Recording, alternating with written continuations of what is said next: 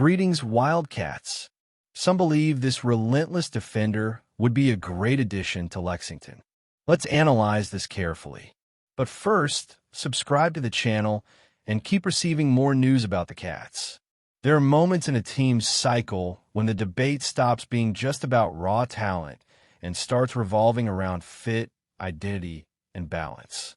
Kentucky is approaching another one of these crossroads with the imminent opening of the transfer window on April 7th, and one name is starting to gain traction among fans: Miles Byrd. It's not an obvious unanimous choice at first glance, but perhaps that's exactly what makes the discussion so relevant within the current context of the Wildcats, led by Mark Pope. Byrd arrives on the radar as a player who, before any other characteristic, carries with him a reputation built on the defensive side of the court. Elected Mountain West Defensive Player of the Year, the former San Diego State point guard boasts numbers that reinforce this identity: 1.9 steals and 1.2 blocks per game, rare statistics for a perimeter player. More than the numbers, there's a clear perception that he's a defender capable of changing the pace of games, taking on the main challenge of the opponent's perimeter and imposing constant discomfort. At the same time, Byrd isn't a limited offensive player. His 10.4 points per game show consistency, along with 4.7 rebounds and 2.6 assists, highlighting a versatile profile. He scores at different levels of the court and manages to contribute regularly, even without being what the average Kentucky fan usually prioritizes: a reliable three-point shooter. His 30.8% last season, with a peak of 31.1% in his college career, naturally raises questions in an offensive system that values spacing and perimeter efficiency. And that's precisely where the discussion deepens. Mark Pope's game model demands shooters capable of punishing defenses and opening up the court, which explains why some fans hesitate at the mention of Byrd. However, limiting the analysis to just this aspect might oversimplify a scenario that calls for balance. Kentucky, at various times, also needs players capable of raising the collective defensive level, someone who can take on the responsibility of neutralizing the main opposing playmaker without compromising the rest of the structure. The possible arrival of Byrd directly addresses this need. A player who delivers elite defense and still maintains double-digit offensive production offers a solid foundation for more balanced rotations. Furthermore, there are recent precedents that fuel optimism. Lamont Butler arrived in Lexington with similar numbers in three-point shooting and, integrated into Pope's system, managed to improve significantly, reaching 39% in his last season. The environment, spacing, and quality of offensive reads seem to have enhanced his game, and it's not absurd to imagine that Byrd could follow a similar path. This possibility transforms an apparent limitation into a projection point. If his three-point shooting evolves, Byrd ceases to be just a defensive specialist and becomes a complete player within the modern demands of the game. Even if this evolution doesn't occur so dramatically, his defensive impact would already justify significant minutes, especially in high-level matchups where defensive possessions can decide games. There's also the strategic aspect. Kentucky, throughout the construction of its roster, cannot rely exclusively on offensive specialists. In balanced tournaments, the ability to adjust defensively, contain opposing runs, and impose physicality on the perimeter becomes as valuable as converting shots. Byrd offers exactly this type of tool, something that can complement and not compete with Pope's offensive philosophy. Naturally, the competition for a player with this profile should be intense. Programs like Houston emerge as logical destinations, especially given the historical value placed on defense. Still, expectations surrounding Kentucky remain. The possibility of inserting a defender of this caliber into an already established defensive system creates an intriguing and, above all, promising scenario. As the tournament approaches, Miles Byrd's name solidifies as one of the most interesting points of attention for the Wildcats, not only for what he has already proven to be, but for what he can become within a context that has recently shown itself capable of transforming similar profiles into even more complete players. And no football? The news of Duncan Jr.'s commitment to Kentucky is another chapter in the strategic rebuilding process taking shape under the leadership of Will Stein, whose vision for the future of the Wildcats football program is gradually materializing. The selection of Duncan Jr., a versatile and dynamic athlete from Cairo High School in Georgia, reflects not only the coaching staff's recruitment skills, but also a clear intention to shape a roster capable of adapting to the modern demands of college football. The young player, who can play both wide receiver and running back, brings with him a rare combination of speed, creativity, and competitive instinct, qualities that promise to enrich Kentucky's offense in the coming years. The process that culminated in Duncan Jr.'s commitment is a clear example of the hard work and personal connection that have been hallmarks of Stein and his team's recruitment approach. Colby Smith, the Wildcats running backs coach, played a crucial role in this achievement. His ability to build a genuine relationship with Duncan Jr. was crucial in convincing the young talent to join the Kentucky project, even in the face of offers from other traditional programs like Florida State, Mississippi State, and West Virginia. This type of personalized engagement has been one of the keys to Stein's initial success at the helm of the Wildcats, demonstrating that the program is willing to invest time and energy to attract players who align with the philosophy and playing style proposed by the new regime.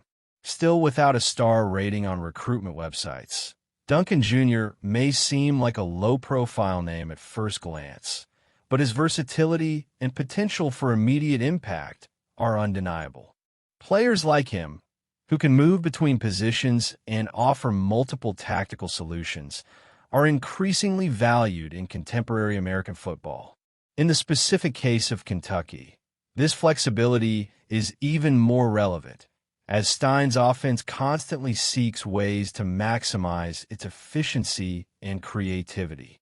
Duncan Jr. has all the characteristics to become a catalyst within this philosophy, whether as a vertical threat in the air or as a playmaker on the ground, exploiting opposing defenses with his agility and explosiveness.